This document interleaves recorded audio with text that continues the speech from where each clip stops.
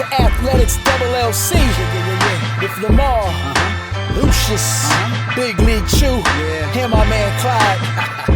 You're about to be schooled in all things track and field. This is experience. Yes, sir. We are talking past, present, future. Y'all listen up. Let's go. Well, I can send it to you and edit it. Hopefully, you gotta talk loud.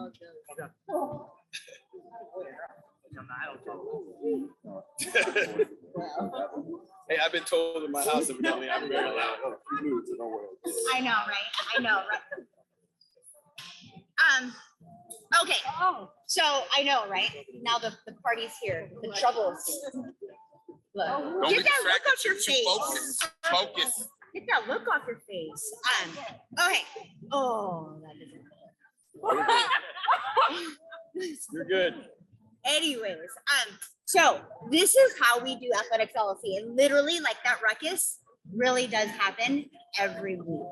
It's usually a couple of us signing on late, us sending questions or topics literally up until I hit record, all that stuff. So we thought this would be fun. Of course, like I said last week, like, I thought we'd be able to record and be cool, but I don't know how to do that stuff. So I outsmarted myself. So this was the next best thing, and this was Chuck Clyde's idea, and so we just ran with it. If you were around for last year's live show, we're going to do it exactly the same, like completely audience driven and converse, not conversate, about whatever you all want to. And then I had a great idea from Lane about rapid fire. I think I'm going to go with it. And I know, not at all. It's actually, yeah, anyways. And then we'll just go from there. We are recording, so hopefully we'll get to broadcast it later. If not, sorry. But I say this petty-wise, but record what you want to record, post what you want to post. Maybe we'll get 5,000 hits just like we did last week. So who knows? Who knows, right? I mean, just saying. These are facts. So, and we're going to start off with that discussion. Yeah. We need to clean up the little house. So we had a mini viral moment last week. The audience, Twitterverse, felt like there was a gratuitous bullets being fired. Not by me, as you all may expect. Him. So, sir, the floor is yours. I don't know that it's a retort. Maybe it's some level of an explanation, but I'll just say this: like, if anybody's waiting for a retraction, that's never going to happen. A retraction of what specifically, sir? I specifically challenged the 100-meter male group to be better and force the 400-meter guys to stay in their 400-meter lane. I interjected for a second. Absolutely. Please. Called them Fugazi time trials. I did. Fugazi time trialers was the quote. I did. Right. And specifically, Marvin Brace. Marvin Bracey is a Fugazi time trialer. I did not call him specifically that, but if the shoe fits, it is what it is. So what I want to add to this, okay, so I just said Marvin didn't make the final. He did not make the final. I wasn't trying to get at that, but the truth of the fact that Marvin didn't make the final. Problem with the 100-meter guys in our country right now is we've got like 10 guys that run sub 90. If you put those 10 guys collectively together right now, I don't think there's one of them that anybody feels absolutely certain is going to go and challenge for a gold. And I think that's what our man Clyde would get. What I was getting at specifically is this: your hardware creates your stature, not your times. So when I use the reference of Fugazi time trialers, at the end of the day, it doesn't matter how fast you run if you don't run that fast when they are at the right time. giving out spots on teams and giving out lanes in the finals and then giving out medals. So at the end of the day, like, I'm not saying that these times are fake. I'm not saying that these athletes are fake, but you have another level that we need to go to other than just running 980 something. So, and I want to add this: running 9.8 in Miramar, or 9.8 in Jacksonville, or 9.8 in a high school track, Georgia, Yes. right? It's a totally different situation than 1 in 9-8 at the Olympic Games, at the World Championships. There was a reference made to Leroy Balloon. So let's go back and think about whether it's Leroy, whether it's Carl, whether it's Lowe. Those guys ran fast at the championship. So I think part of this is driven also by the fact that the shoe companies will give you a big contract so it's go run 9 inches, right? So I think that's the issue. So until we clean that mess up, it's going to continue to happen. So it really wasn't meant to be a shot. It was meant to be an inspiration. But if it inspires, it inspires. That's all. That's all I want. And seeing as how I usually get thrown into the most petty person on the panel base, I had nothing to do with any of that. I don't think there's anybody alive that knows all of us that they can be petty person. What I found most interesting, though, and I definitely want us to move on, but what I found most interesting is that nobody was paying attention to the question was calling out the 400-meter route. Right. It's true, right? It was never a shot at anybody, but the question was calling out the 400-meter route because the question was, are we going to end up with a shallow men's 400-meter and women's 400-meter pool because blah, blah, blah, blah, blah. I just chose a different answer. You went there. I didn't go there because I'm petty. I went there because I want to see our country actually be the greatest track and field nation, not just say we are. And that's it. I think that's where the whole question about the 400-meter came from. It's like, we have older guys. I mean, let's just pick on Andrew Bowman. Andrew Bowman has a PR of 40-4-2. He never made a team. You wrote 40-4-2 now, you're a super. Never made a team individual. He was an incredible leadoff relay guy. The best ever. But you know, The Floridian weather. I know. Hey, just deal with it. You're not pass over it. I know. OG said it, so I'm good. you know what? As long as he's here, we're good. We already know he's safe. So as you would be like at home or on your bus rides, like what comments do you have to that? Do you have comments to that? Anybody? None? Anybody want to contest that? Oh, like, so oh my gosh. Some people will comment in time on the recordings, right? Like anybody who wants to chime in, ask a question. I mean, I definitely agree with Charles in the sense of talent like the USTFCCA. I understand where you're coming from. Again, why I was spot on with you in that. I didn't look at it as an insult. I think how do we get the 400 runners to finally get back to that superior status? Right. Create a contract. Right. What is it that what have we lost, or what is something that's been taken away over the past, say, 8-10 years that we have gotten away from? Well, there's less motivation. There's no money in the farm. Well, it's just way less money than there is in the 100. It's not that there's no money; it's just way less money.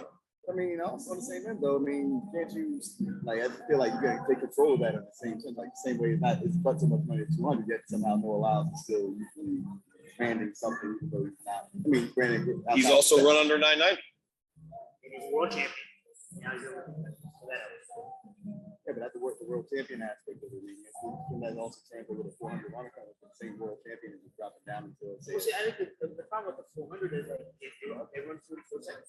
So you got one guy that runs like, okay, Ross went 3 in season, and then I don't know, Twitter might get run. So when they had like 3 guys do it, so now 43 is like this magical number that nobody they try to accomplish it. Whereas back in the day, like I said, if you did run 43 seconds, you didn't make the USA.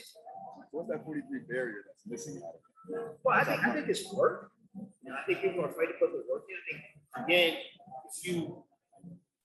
again, I'm the oldest, right? So if you look at what people are doing now, everybody when they talk about training and training models, everybody wants to be cheap, right? Everybody wants you to feel, or everybody wants to.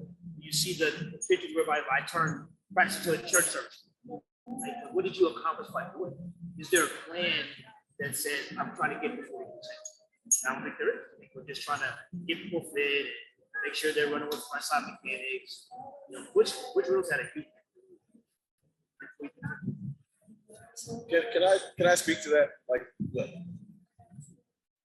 Michael ran 1932 in the 200 in his 8th race at the Olympics. They just let that wash over you. Don't even run 3. Don't even run 4 rounds anymore. You only run 3, right? So to run 43 in the middle, halfway through the games, and then 19.3 at the end of the games, like I just don't think you can fly 30 your way to that, right? Like as JS said, like you can't run rounds unless you're going to run around, right? I'm nobody's like incredible quarter mile coach, but the math makes sense to me. If I got to run 43 in the middle to win, in the 3rd round, I need to be able to run faster than 44 in the middle 3 times, right? If I'm going to do a 400, 200 double, I got to be able to run 19 in the middle or so to win a medal in the 6th round, right? So I think it speaks to a volume of work that has to be done. I'm not trying to fight anybody on how you train. Look, do what you do. I just think you have to train for the task. That's because, okay, 43 seems to be this kind of self-imposed single error. So if you say 43 seconds for 400, everybody goes, oh my God, that's fast. 21.5 faster than Twitter. That has 43. What's happening? 21.5, 10.7. No, that's not fast. The whole problem is you put the ceiling there that 43 seconds fast, nobody will even attempt it. I don't know what happened, because back in the day that you didn't run 43, you weren't. So somehow we've got to get back to the thing we thought that, 43 seconds is obtainable. Because clearly it is fast. I'm not going to say that. I don't think 45 seconds. I don't think 44 seconds. 40. Well, all of us I just wanted y'all. I just wanted y'all to know, like, we've had this conversation a bunch of I times. told you before, we agree with you, but this is a first world problem. It's come to my world. I understand what you're saying. Look, at the end of the day, I'll wrap it up like, as I said, I think it's a culture issue. An Olympic gold is an Olympic gold. If I can get 10 times the money for one Olympic gold versus the other and do 10% of the work, if I truly believe I can accomplish the easier job, then I'm going to go that path. And in today's culture, in our business, in the business of our culture and in the coaching of our culture and in the athletic mindset of our culture, high school, college, and pro, the challenge of the 400 is not as sexy as it used to be. It's not paid like it used to be. And the athletes are not interested in doing the work like they used to be. So right now, on paper, our 2 biggest 400 meter talents, one of them went to the 100 and got a silver medal, and the other is flirting with the idea of doing it. That will obviously lead to a watering down of the 400 meter applications, if you will, for Americans getting gold.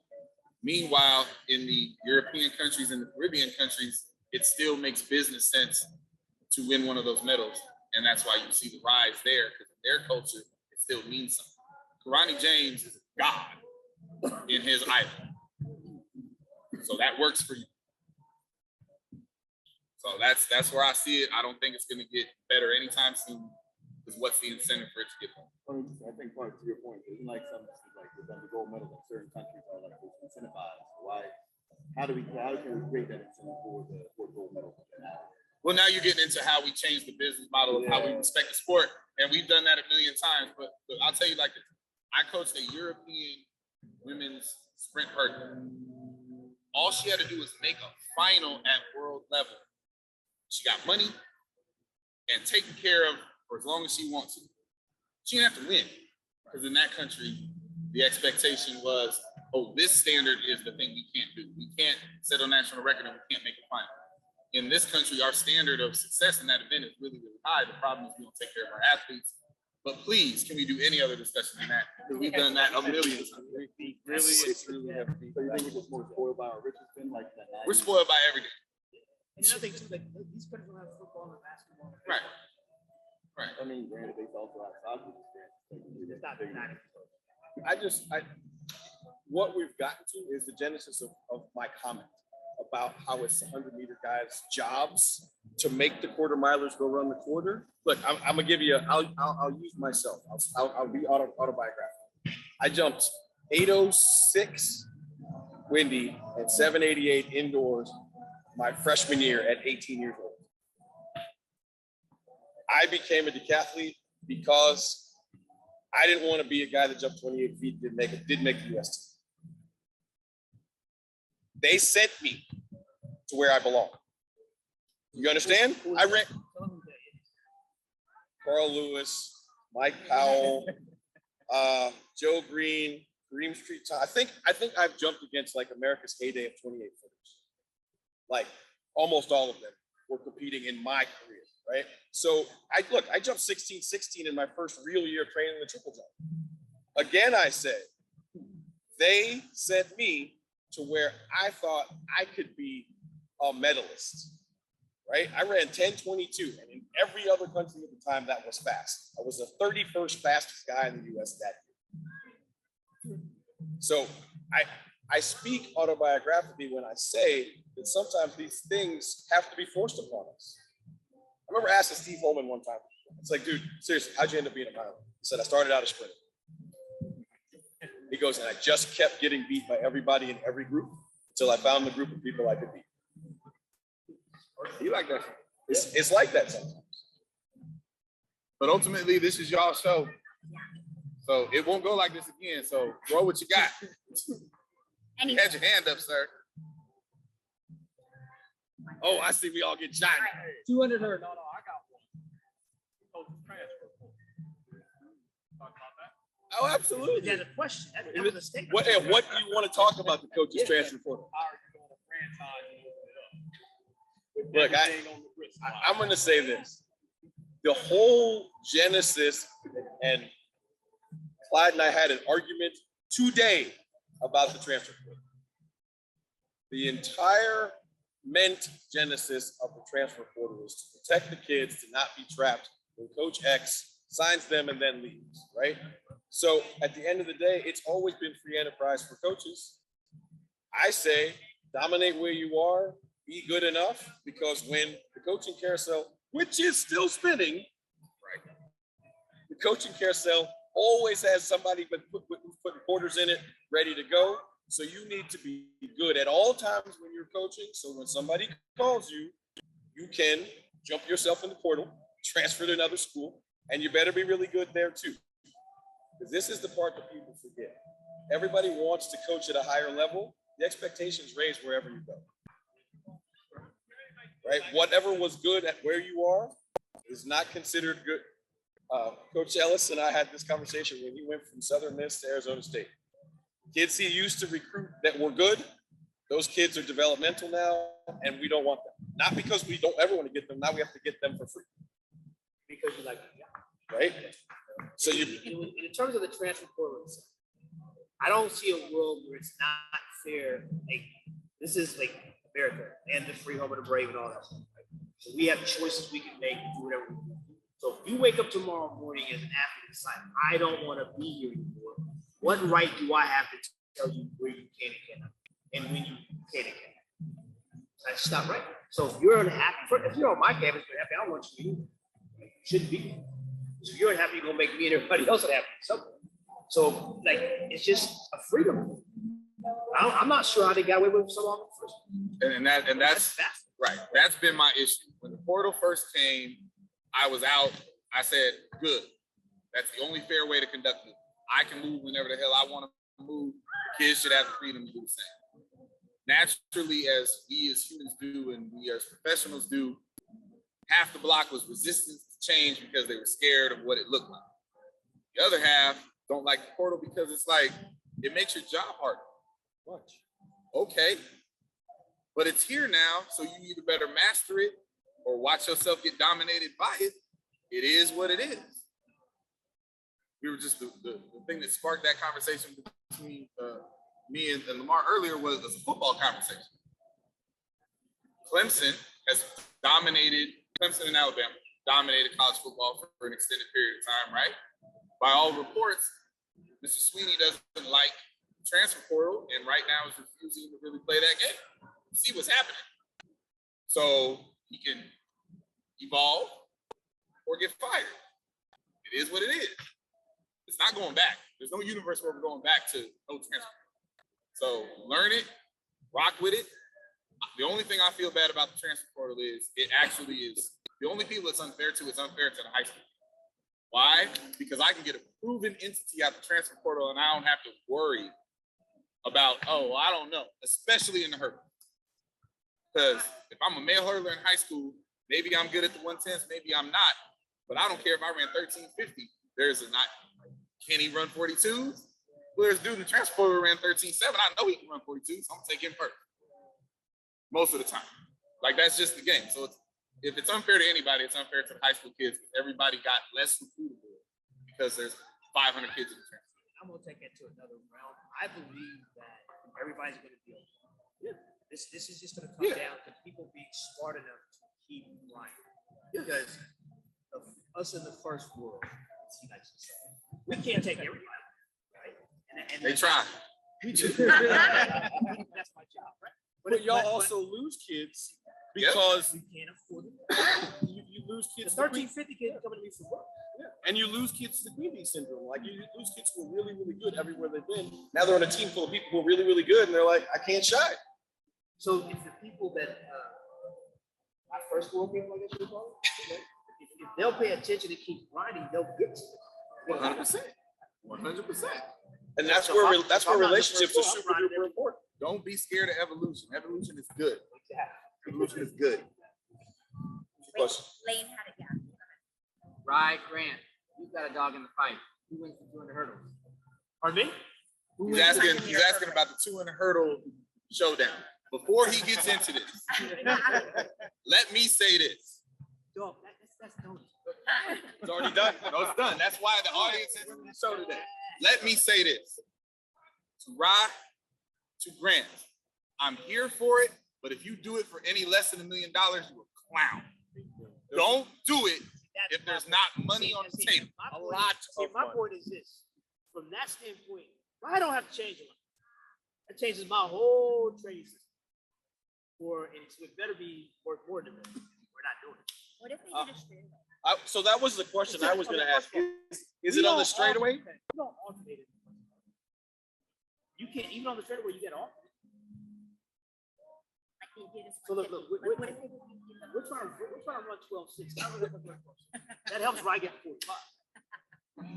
So it better be worth a whole lot of money for him to kind of be talking about coach trainer.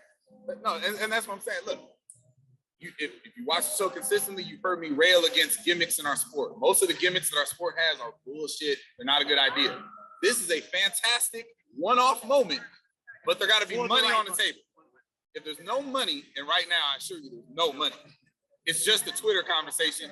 Y'all can vote either side, but gentlemen, don't do it. And because I know this man, there's no way in hell you're ever going to see that race. So just find something else. But it sounds good though. It is a fun debate. Bring the money. Bring the money. You know what'd be cool? Who you got? I'll take one. I bet. You know what'd be cool though? Second challenge to the audience watching. Rye is Nike. Grant's Adidas, right? 500K a piece. Put it up. I know where this is going. Shoe companies. We'll take the common train for that one. You know, put it up. Ain't no money. You know, it's funny we talk about money. I do think one thing that could add a fair number of spectators to our sport is if we could figure out how to bet on it. Oh, we've said that a million times. Right. All this, we're at the convention, right? There's official conversations, there's meetings, there's side conversations. How can we better the sport? Let people gamble. Serve alcohol and allow gambling and solve all your problems. And that's from a person that don't drink at all. What else? Yep. We're kind of like off the money conversation, so I switched it to the portal to the NIL. How talk about revenue coming within the college sense? How can we maximize it to try and at least get that cycle of revenue and money going, so it now transfers over into professional ranks that they can have to the ball? What would be like? What is You're not gonna like a lot of this. Yeah, Well, I don't think you're gonna really like the answer to that question. well, I'm going to intervene and I'm going to give you like a true answer, right? So where I'm at, we actually have. That'd be in the streets. Oh man. Oh, I didn't even know I was looking on the wrong side. Oh, that's wet. Yeah, I'm like, oh man, it's really wet. We actually have education on it right now. We have a joint effort from our business building, the entrepreneurship and innovation, working with that. So I literally just told a secret, but it's not a secret because it's all over Instagram. But what we're doing is we're educating our student athletes to start it now so that it's a thing after the fact. So whether it's after athletics or in their professional careers, whatever it is, it perpetuates and there isn't a lull and there's less likely failure or what we deem as failure going forward. So what has to happen is that the universities need to pick up on it and not be hands off. Straight up, like right now, a lot of the, I don't want to say a lot, this comes from our people. A lot of the institutions are saying, good luck. Here's our mandated legislation that we have to show you, but that's it. Like, don't do sex, don't do alcohol, don't do firearms, basically is what the umbrella is. Yeah, right? And so. That's not on the band. So, with that, without giving them the proper guidance on contracts, legal, mental health, branding, and just NIL on a whole, we're setting them up for failure again and again. The one big thing that DA says, one big thing that we know as track and field on the elite level or post-collegiate level is that we are the masters. They are the masters, the elites, the post-collegiates are masters of NIL. Because they're the ones who are running for the smaller contracts for the shoe companies, for the picky bars, whatever it is, right? Like that's NIL in a nutshell. And if we don't do it successfully and show the athletes successfully how to do it, it's never going to change. It's just a cliche and another acronym that we have to learn about. So we do need to get that down to the high school level. Like the basketball player signed $1 million. That's super cool, but I really wonder what the intricacies of this contract are, because I feel like he pretty much signed his life. See, okay. Go ahead. Look, I know that I'm a baseball agent, so this is going to sound self-aggrandizing, but I think it's as true as a thing as I can say. The biggest issue you have with allowing kids to have NIL deals, but now not allowing them to have people to negotiate these things for them, is that they are, without question, all undervalued, right? And they're not equipped to do that. None of us are equipped to, you and I have had this conversation a multitude of times. None of us are equipped to negotiate for ourselves because we will always undervalue ourselves. I know that sounds crazy, but it's like this. Everybody has a number that they think is gigantic, but you don't know if you're worth more than that. So if they offer you that number, you could be leaving money on the table. Name, image, and likeness deals need to be at least guided. They don't necessarily need to be negotiated, but they need to be at least guided by people whose jobs that is to do those things. Because I'm telling you this right now, if you got 10,000 followers and you're running for a picky bar or whatever the heck it is, like, you're not sort of undervalued. You're ridiculously undervalued, right? So let me say this. I think I'm getting one of y'all at least jump on me. I'm all about evolution, right? Moving forward. For me, the NLI, the NLIL, whatever the hell, the new game is the Fugazi time trial. And I'm gonna tell you why. Because let's be real about this. All this is the latest band-aid to avoid paying athletes. It's the wild, wild west. There are barely any rules. The admins are making things up as they go along. And the joke of it is the goof of all of it as it pertains to our sport. In the people with medals barely get endorsements. The best kid on your team ain't getting no damn endorsement. They think they are. I got recruits hitting me up. parents asking me how I'm gonna push their son or their daughter into profiting off of their image. I'm like, your daughter runs 11.9 in 100. Like, what are you talking about? But everybody thinks they're gonna capitalize on this. And the goof of the whole thing is the real money in this new world is in social media. So the people most equipped to capitalize on it are the 15, 16, 17-year-old people, but they're not in charge. So it's just gonna be a crapshoot for like the next 4 to 5 to 6 years. And for every Grant Holloway that he might have on his campus that has a shot, there's a million other people that think they do it and ain't gonna get nothing. Or sell their soul for $5,000 in a piggy bar and, you know, be the hood superstar for a couple days. But it's a mess, but I'm here for it. Go ahead. I just want to say that I said that none of us are in a position to value ourselves. And I'm telling you this like that. I've had 15 different guys that are in my group ask me about, like, I said, well, okay, in an NIL deal, like, what would you really like? It ranges from free food to I would really, really like a truck. You understand what I'm saying? Like, they don't know what they want because they don't know where the value is or what the value is, what the value should be, or even what to ask for, right? Like, part of the reason that you have people negotiate these things is because they think of things you never would have, like Lincoln Riley, $10 million. We all know the money, right? $10 million a year for 10 years. Okay, would any of y'all thought to have 24/7 access to a plane for your family? Would any of y'all been creative enough to say, hey, look, I got 2 houses. Rather than giving me $1 million signing bonus, let's affect my credit and everything else and my equity, and you buy each one of my houses for $500,000 over asking. Oh, I'm not really trying to mess with the LA housing market. Y'all already have those folks in your pockets. $6.25 million house where it needs to be. Would y'all have thought to negotiate those things? Because I can tell you this, I'm in that world and I'm not sure that I would have thought of all of those things, right? So I always say it, like, not because I think everybody needs an agent, I just, negotiating for yourselves is like being your own lawyer. Like, it's probably not gonna go. I can't hear you at all, bro. Think that because they can't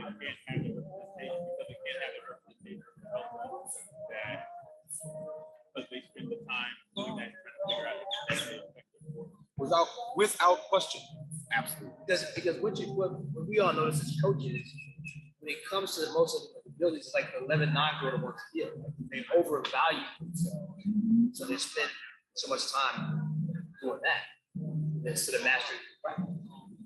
And this is definitely a first world issue because now we got offensive linemen getting deals just to get offensive linemen at certain school. So as soon as that school did it, and another school did it, before you know it, every power forward on the basketball team. You know, it's just going to roll, but it's always going to be the rich getting. Those are people you're not going to see track and field getting enough time. Basketball, football, baseball, and it won't be long before gymnastics. Oh, gymnastics will get it before we would. But imagine how crazy of a world can you imagine? I'm gonna use my guy here, right? Imagine this world. Athlete X, one of his new incoming superstars, calls him or actually has the nerve to come out to practice, be like, Coach, I'm gonna get the workout done, but see, I got this photo shoot across the way in Tallahassee. I'm gonna be back. Now, how you think that's gonna play with him? Let alone on my campus or one of yours. But that can't happen. Oh, it can. No, it's legislation. Okay, it's gonna happen. I gotta miss practice because I got this contract I gotta sign. But that's the thing, he's not gonna miss practice. He just needs to move practice. See? And the gray areas are always gonna be owned. And it's, listen, name, image, and likeness. Name, image, and likeness is an untrained pit bull let loose on the street. Yes. So I'm gonna say this because I'm a newbie and I'm naive, not ignorant, naive. I almost did. But because it's different, I understand the resistance. But if we get a hold of it early enough, we can do this and we can do it effectively. And like we keep saying, if we lift the floor, everything else will rise. So I think that So we as collegiate coaches specifically cannot guide, align, match up, or have anything to do with our student athletes and NIL. We can't make that.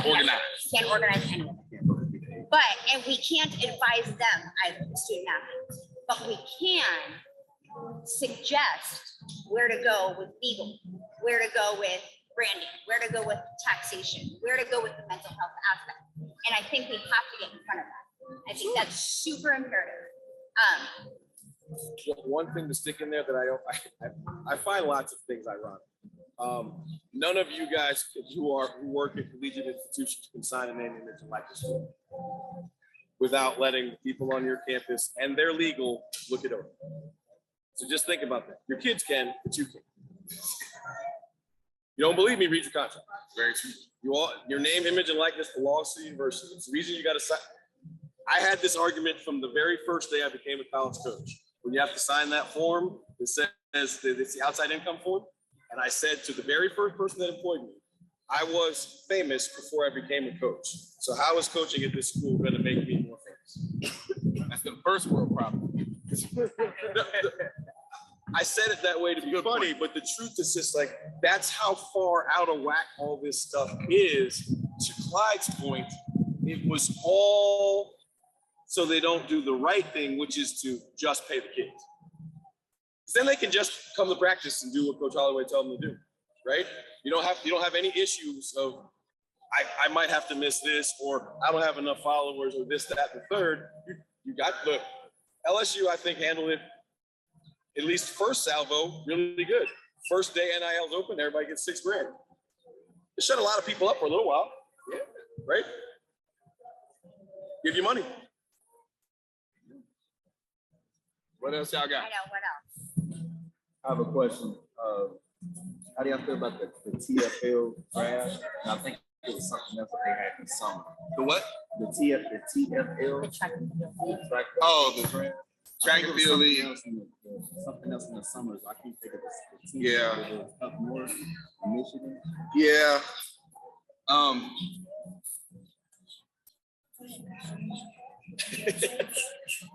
The fact that I'm sitting here and I have no idea how it even went should probably tell you how I felt about it.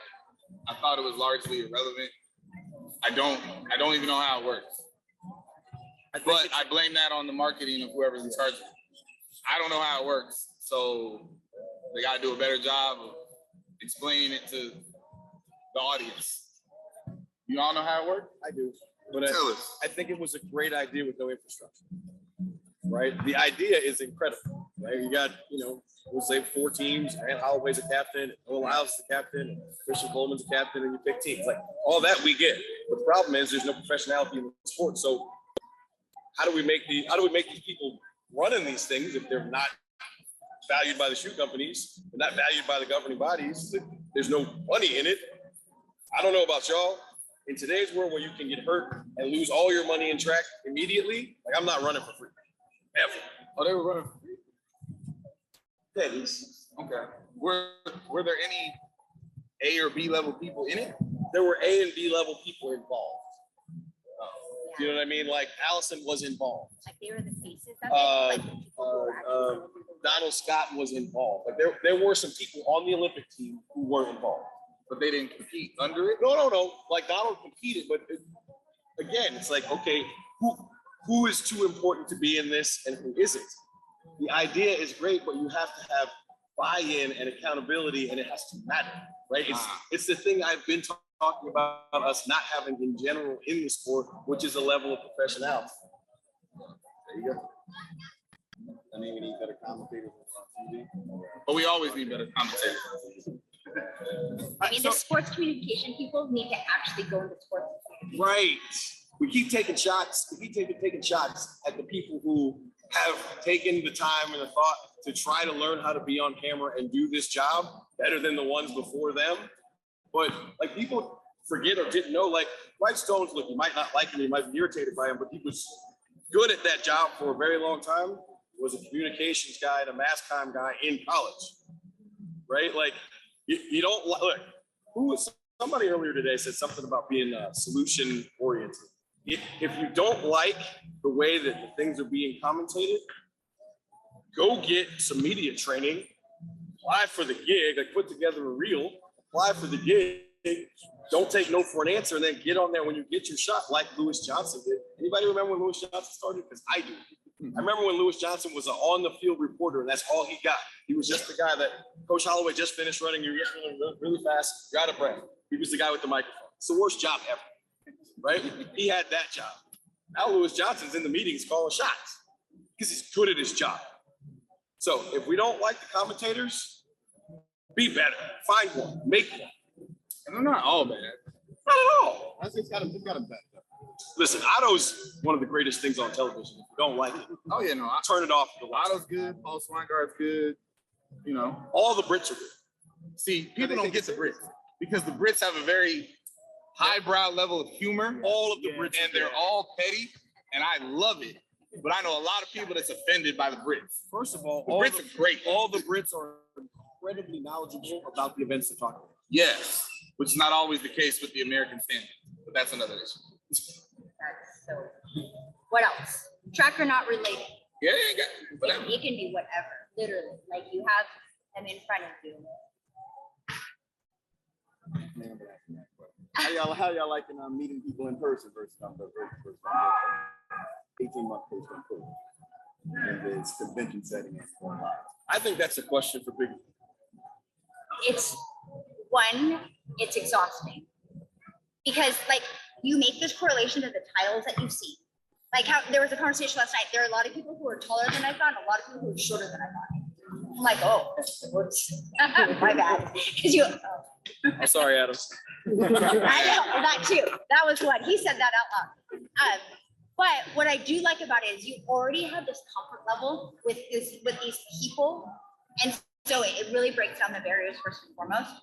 But I'll say this: to an extent, there's too much of a comfort level, right? So that I do value the in-person uncomfortable moments because that's just a part of learning how to socialize.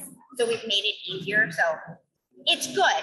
It's great for networking for this, but I still think if people don't capitalize on saying hi in coaches boxes, if people don't, I said this yesterday in the women coaching, if you don't take the opportunities to actually like congratulate the person who you don't think you should be congratulating because you're just saying eeny meeny and they're a big wig, like there's no value because guaranteed on that Zoom call, you're still not saying anything if you even have your camera, right? So shaking hands and saying congratulations at the end of the meet, that's super awesome. Like texting me, hey, I saw you in the hall, and sorry, I'm not calling anybody out, legitimately not calling out. But when you text me after and be like, I saw you at the meet, great job. Weird. Like a little creeper. But I get it. Like not everyone's like me though. I'm not gonna find you and seek you out the next time and be like, say hi to me next time, right? So, but I think it's awesome. I'm exhausted. I went to bed exhausted yesterday, like seeing everybody and whatever. Can't walk a lot. It was like a 45-minute, but contrary to his belief, I did not. You cross over. Contrary to his belief, I did not freak out like hugging people and like shaking hands. So that was, I was a little anxious about that, but I mean, at this point, Second Sorry, biggest superstar on this right? issue. This is not sensitive of me, but if you get got, you get got at this point. Look, we tried to explain to her and express to her that she's famous now. She didn't want to hear it till yes. There are very few coaches that are here who don't either know who you are or know what you've done or both. I want to answer that question, not about me. I'm gonna mess with my guy. I mean, I think the best part about all of this, he's cussed me out, accused me of all kinds of things, but I think the best part about all of this is this. People now realize that he is human, approachable, kind, funny, all things that most people who didn't know him didn't know. And I personally think that there's a lot of wonderful things that I'm really proud of about the show, but that is the one that I'm most proud of. taking this guy out of his comfort zone. Contrary to popular belief, I am a very, very selfish. Give it to my own vices. I'm in my room, I come out a couple of times, I'm back. Totally behind the scenes. And being with this wonderful group of people has stripped me of all of that. So, He's like, everybody says hi to me now. It's like, oh, that's so awful.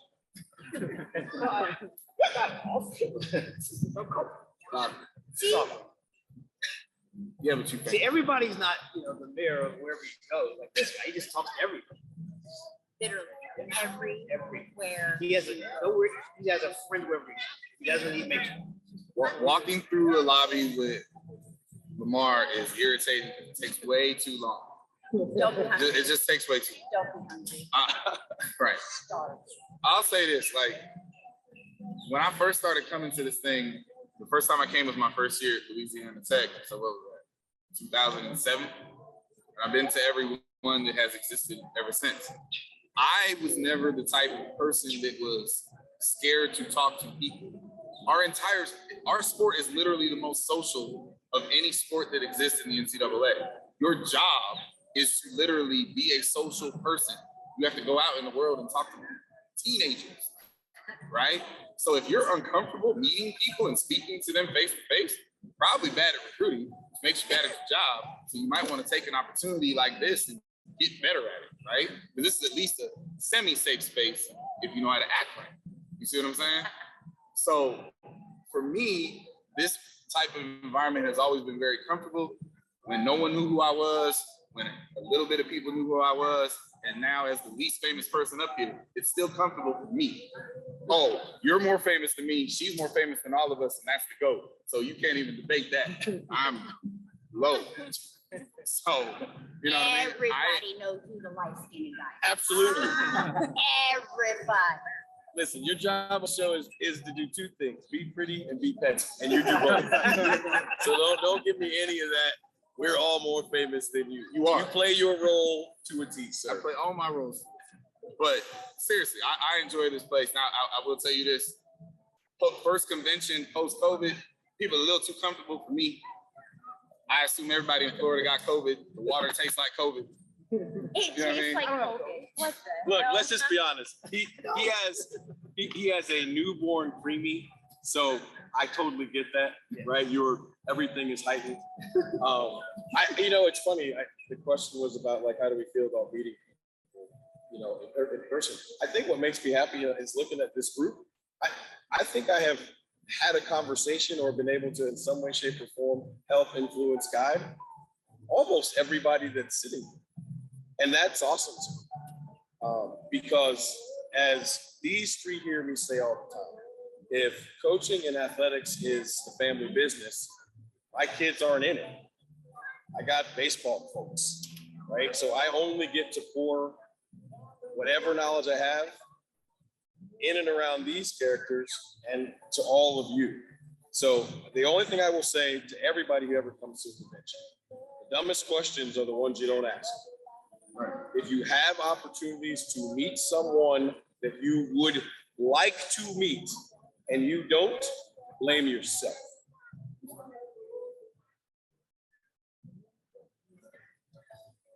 Wait, hold on. To that, it's not, and I don't mean this in a literal way. You can't pull yourself out. You can't go and meet every single person. That's Fair. why you come to Unless you're continue. Chris Evans. Well, I don't have to. But I mean that to mean quality over Unless quantity, you're LeBron. right? And so I think we talked about it already. But I mean, you do reach as many as you can, but make them quality and don't feel like you have to meet everyone. We'll meet people Right. for a purpose. And I think Yeah. that's the point you're making. Yes, but See, clearly I stated. wanna say this. Okay, so for me, first of all, I'm approachable. I'm not gonna punch you. But like, don't walk up to me and just stare. Have a question. Hey, don't be weird. Yeah, don't make it weird. Hey, what's up, bro? I'm good with that. But like, don't like walk to Don't make it somebody and make it do. Have a purpose, reach your purpose, and then don't walk up and be afraid to ask the question. What drives me crazy is, do a seminar talk. And anybody got a question? Nah, we're good. Walk walk outside, there's 15 people standing around. It's still nice. Always. So my thing is this: is like I'm always trying to win the day, right? So I'm gonna take care of what I need to take care of today. And if there's information out there, I'm gonna go find it where I got it. So we'll get the information wherever you get it. Tyree had a question. Come on, Ty.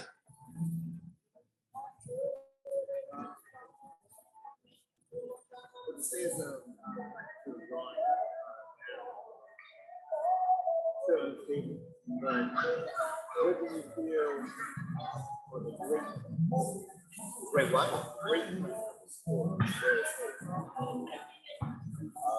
I'll take the low-hanging fruit. We have the most talent. The show is always exciting. World Championships, Olympics, any year, any circumstances, it's always exciting. Like we literally can guarantee excitement. It's the easiest show to set. See, and I have some concerns with our sport right now. I really believe that the money is misplaced in this guy that beat that horse to death. And I think that it's stagnating our development on the lower end.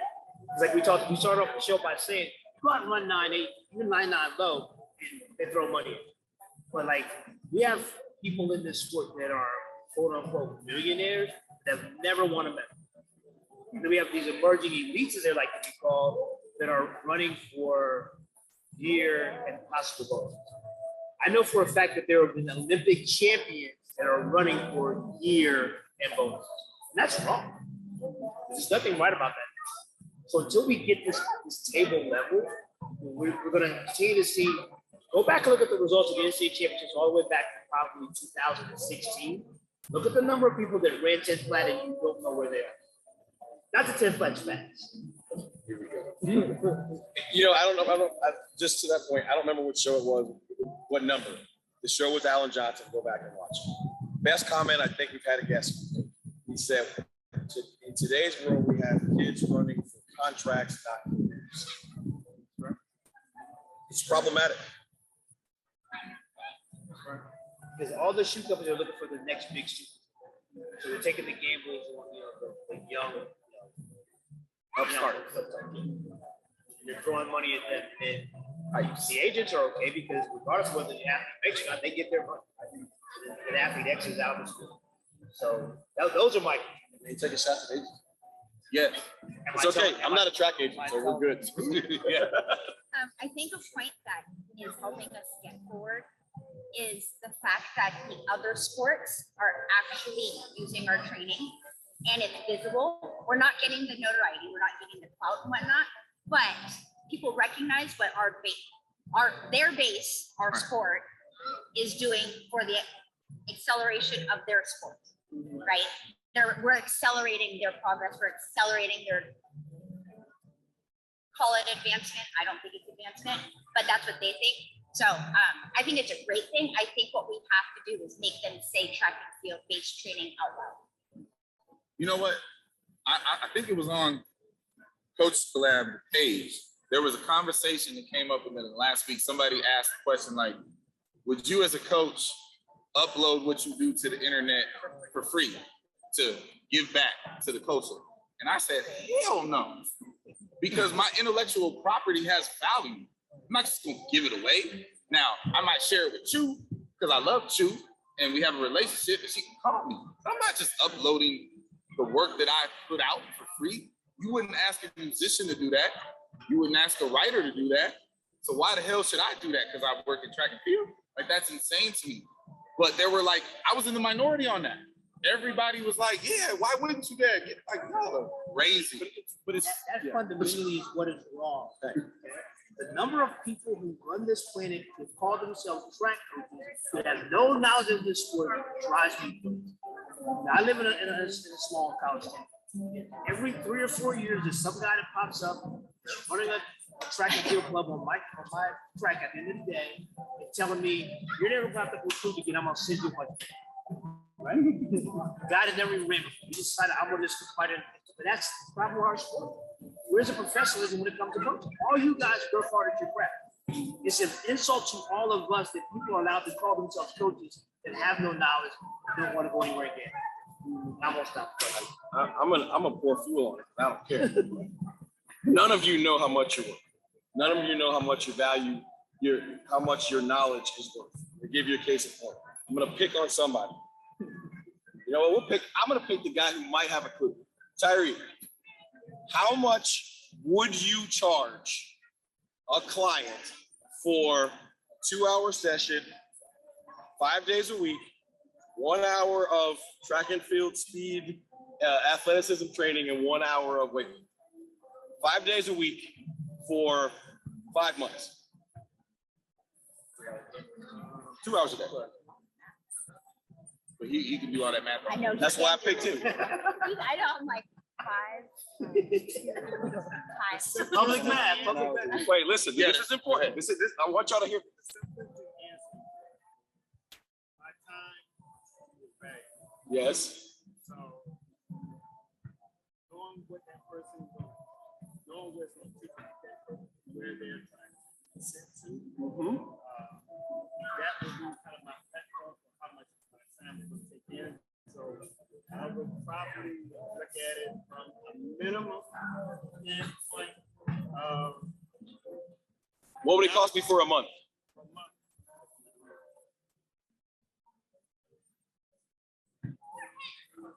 Minimum 5,000. See, that sounds like a crazy number, right? 2 of my clients train in an elite baseball training facility. Every single thing that they do is track and field, not related, specific. Their weightlifting is the strength and conditioning class. There are 2 classes of 20 people per class, 5 days a week. Each one of them pays $3,500. I'm telling y'all, what you have in here, all of the stuff that you learn, it has an incredible amount of value. It just may not necessarily be a value in our sport. So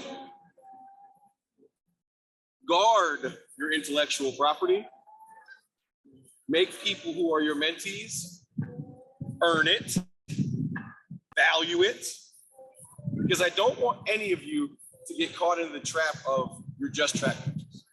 Like he and I joke about this. On every single campus, baseball coach makes more money than the track coach. And I tell him, I said, well, that's because it's just track. Because that's how we see ourselves. That's how we represent ourselves. That's how the athletic director sees it. Even on his campus, baseball coach makes more money than the track coach. He has 9 championships and counting. Been top 3 23 out of 24 times. Baseball coach has 1 national championship and a scandal.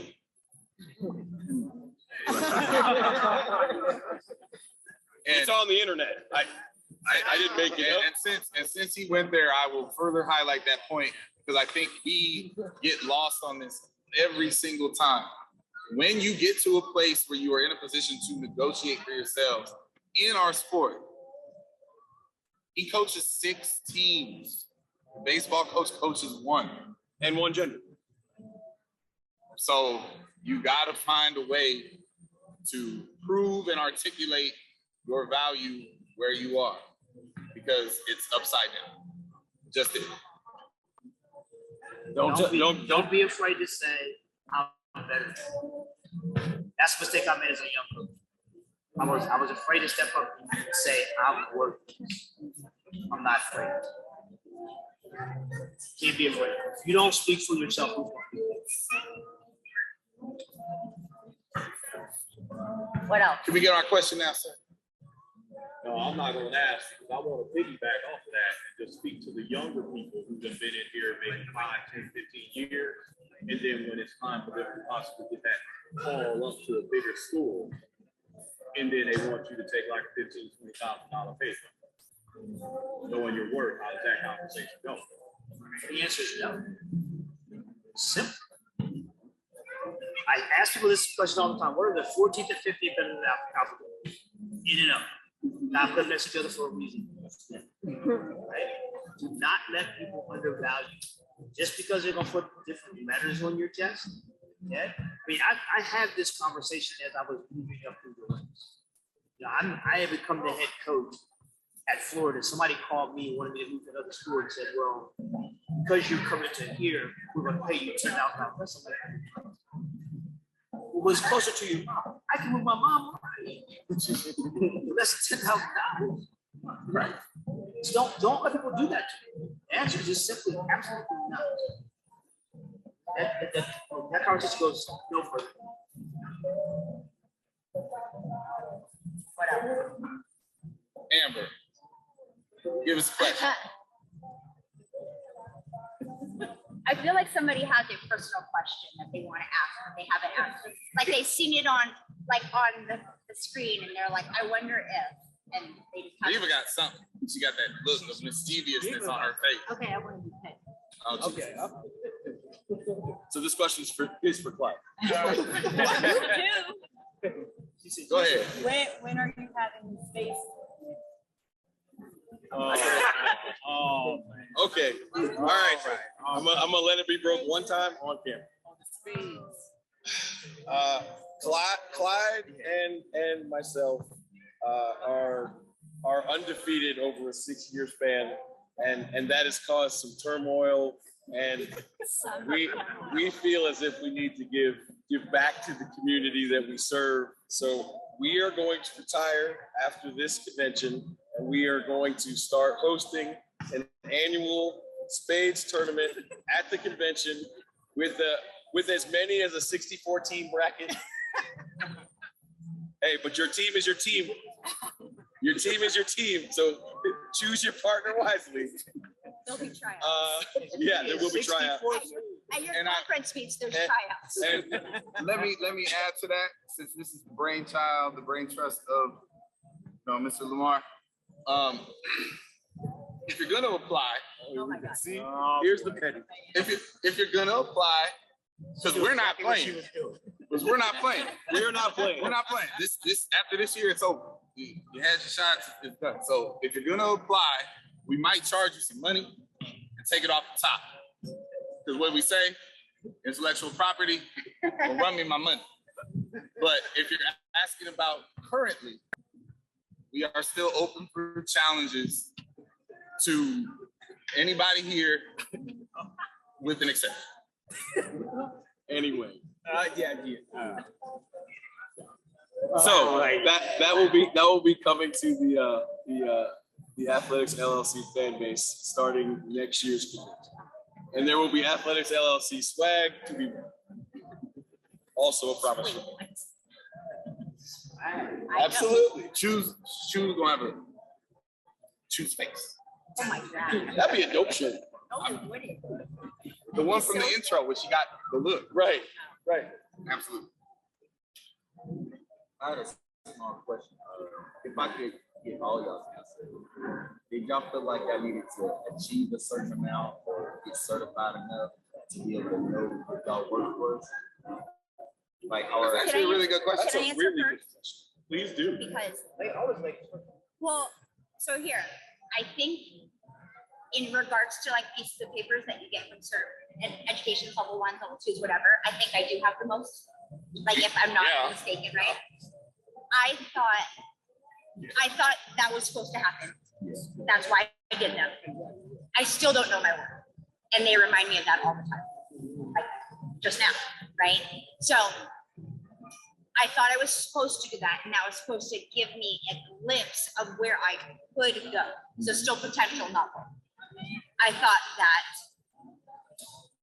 I had to have X amount of all conference, all American, champions, this, that, and the third, to know how much I was worth. And I still only have like 2 of that in 1 ring. And I still don't know how much I'm worth, right? I have this job now. I'm supposed to know how much I'm worth now, and I still don't know how much I'm worth. I have Coaches Club, we have this, like, I still don't know what I'm worth. So I don't think, like, I think you know what pools you can stand in. I don't think you know how far you can go in the pool. That was the best part of what you said. If you fumbled the first part. So I'm gonna give y'all a quick lesson of how we do this with you. To your point, She got all the certifications. Hell, she teaches the damn certification. There you go. The most valuable thing she has ever done in this business for herself is the thing that she created out of thin air from her brain. Coaches Collect. All them certifications she got, she could set them on fire and it wouldn't be more valuable than the things she made up over the pandemic because she saw a hole and filled it. So certifications are cool. They have some value, you learn some things. You have any certification? Yes. You don't even know. Okay. I think you have an appointed master. Honorary. My agent said. Honorary certificate. Hey, y'all heard that, right? I just got a new job. Let's go. So, and listen, I did level 1, I did level 2. I have the IAAF level 5. You know, at every one of those places, I met good people and I learned something. So there's value in that. Not once on any interview that I've been on has anybody asked me if I actually have it, because don't nobody care.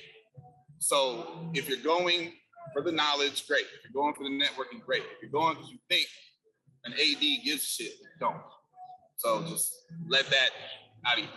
To professionalize our sport, do you think we have to commit to some level of certification or licensure to become a professional, to raise that? I think that, you know, for me, I think knowledge, I mean, where we gain that knowledge, I'm not against the levels.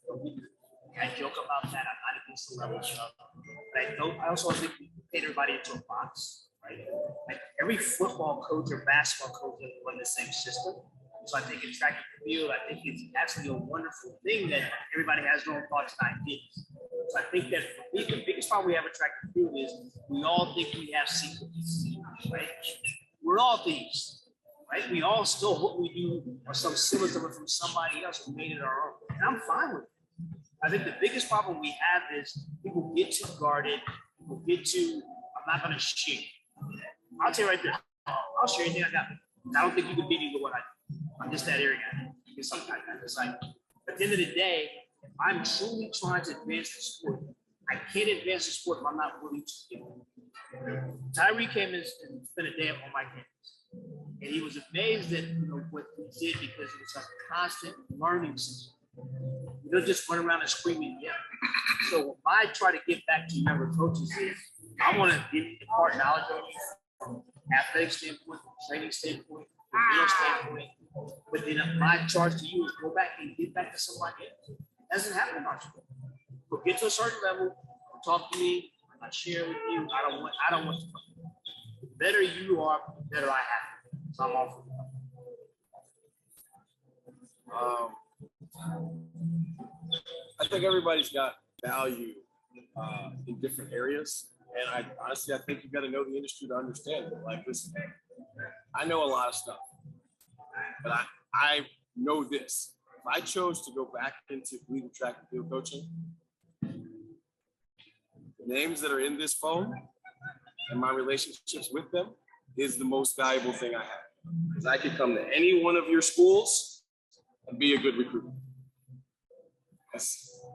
I know everybody, right? But more importantly, I chose the path of, I liked puzzles when I was a kid. So I've always chosen the path of how do things go together. So what I've done all of my life is when I meet two different people that don't know each other, but the things that I get from them work together, I try to figure out how to sew them together. So I've been able to help build quite a few relationships that I think are very valuable. But I know for sure, from my perspective, the thing that has the greatest value for me in the sport of track and field is exactly that, right? Like introducing she or he to high school coaches in the Midwest that they've never met, introducing he to agents and people who talk about things that are first world problems, having a conversation with a highly skilled new Power 5 jumps coach who clearly can get kids to do things, but now is never recruited in that trough. So I don't just, hey, this is how you do it because I did it this way. Talk to these people. These people are in your area. Get to know them, work it yourself. So I think that like figuring out your value isn't as simple as certifications. I think certifications are important to have a floor. Like we all do have to start somewhere. So to answer your question, I think they are important, right? You got to have a floor, but every one of you needs to build from there, right? There isn't a certification that makes you great. It just isn't. You got to have ID to get ID, right? You got to have experiences to be experienced. I'm a better coach and more knowledgeable now because I'm older.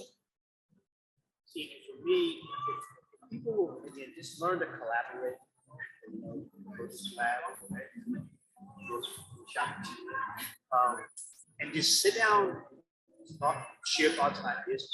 You'd be shocked at, you know, how you get that. You know, I'm gonna pick up my man Rishi. So he's up at George Mason. David Roberta comes out to train. When I talked to him about David, he goes, "Don't let him get away from the stress." Right? And so when I asked David what the stress stuff was, I was like, "Oh my God, I've never done anything like that." When I started to try it, and I saw how well it worked with David, so now I do a little more stressed up in my training. But if I'm arrogant enough to go, I'm better than him. He took the guy from 47 to 44. Clearly, he did something. So that's the problem. Like our egos did. I do my level best. Okay, I think of it because I'm trying to invent a math. So I'll say it like this: the guy who invented algebra never flunked algebra. Never happened. So if I invent the equation and I change the variables to at least to success, then I'm going to be okay. The problem we have is people keep doing the same thing even though they're not being successful. Don't be afraid to call somebody that's getting it done and ask them to help you figure it out. Don't be the guy that says, okay, I'll give you an example. I had a kid walk on my team once who made 49 hours. He made 45-7. So now the betting man says, let me go get every 49-9 guy I get him run 45-7. And I don't have a job. So that was use it out. So don't take your successes with you thinking that they're going to cure you. Leave that there. Go back and grind it. That's just my mind. To be very, very specific about the question you asked, certification as a floor level of professionalism at what we do. Here's my problem with that. And this, I guess this is the moment where you can this is the convention, right? We're all here because the Alphabet Crew is representing. I have a big issue with the Alphabet Crew standing up and saying, you know what, it's going to be great for all of us. We're going to mandate, and they haven't, but let's just say they did. We're going to mandate that in order to be a professional in this sport, you need to have XYZ certification. That's awesome, but it's also, don't get it twisted, a business model for them. I'm cool with that. Then take your Alphabet Crew and make sure that my business model has a floor too. Because nobody in this building is doing anything to make sure that this industry has a level floor of payments for our jobs. There's people in this industry who are getting $500,000 plus, and there's people who are sitting around at this convention and make $5,000 less. If there's no floor in salary, then you can't tell me there's a floor in certifications that make you money. Nah, I'm good. Great question.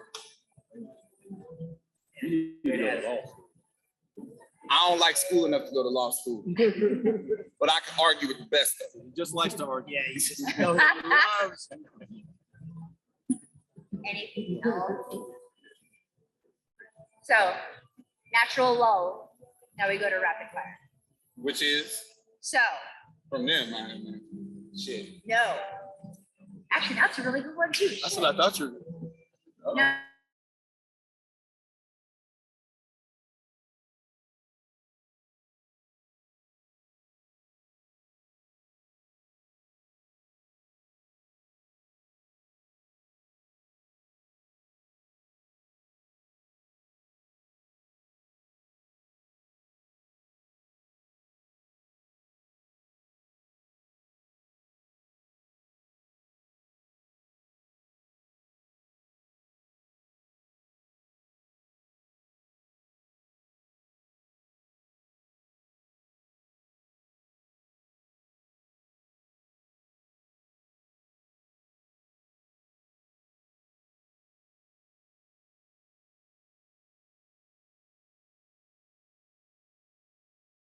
When the lights come on, the road just get to running. When the lights come on, opponents smash the plumbing. Heard you like it warm, hot knife the butter. Truth hit 'em hard, knock 'em off that rebuttal. Tsunami, tidal wave to your puddle. Tough love, punch you in the arms, little brothers. Athletics, LLC, there's no others. Track and field's place and we'll peel to go further. Hey, Wile E. Coyote, it's road runners. Feels like you know us, you've been with us the whole summer. If not for this quarantine, these four corners wouldn't be here, but we here, so start learning. You gotta earn your stripes, gotta get your scars. Show you how to fight, but show us who you are. You lack experience, but still you wanna talk. And who is actually talking to you? Circle's kinda small. Heads prevail when the backbone's strong. Gotta keep it coming, no, it won't last long. Pass and fail, then sell the sad song. And if you don't check yourself, then that's wrong. Just trying to give you the real that you asked for. So why you keep cutting us off to ask more? We put it in slow-mo, but you fast forward. Athletics, LLC, the task force.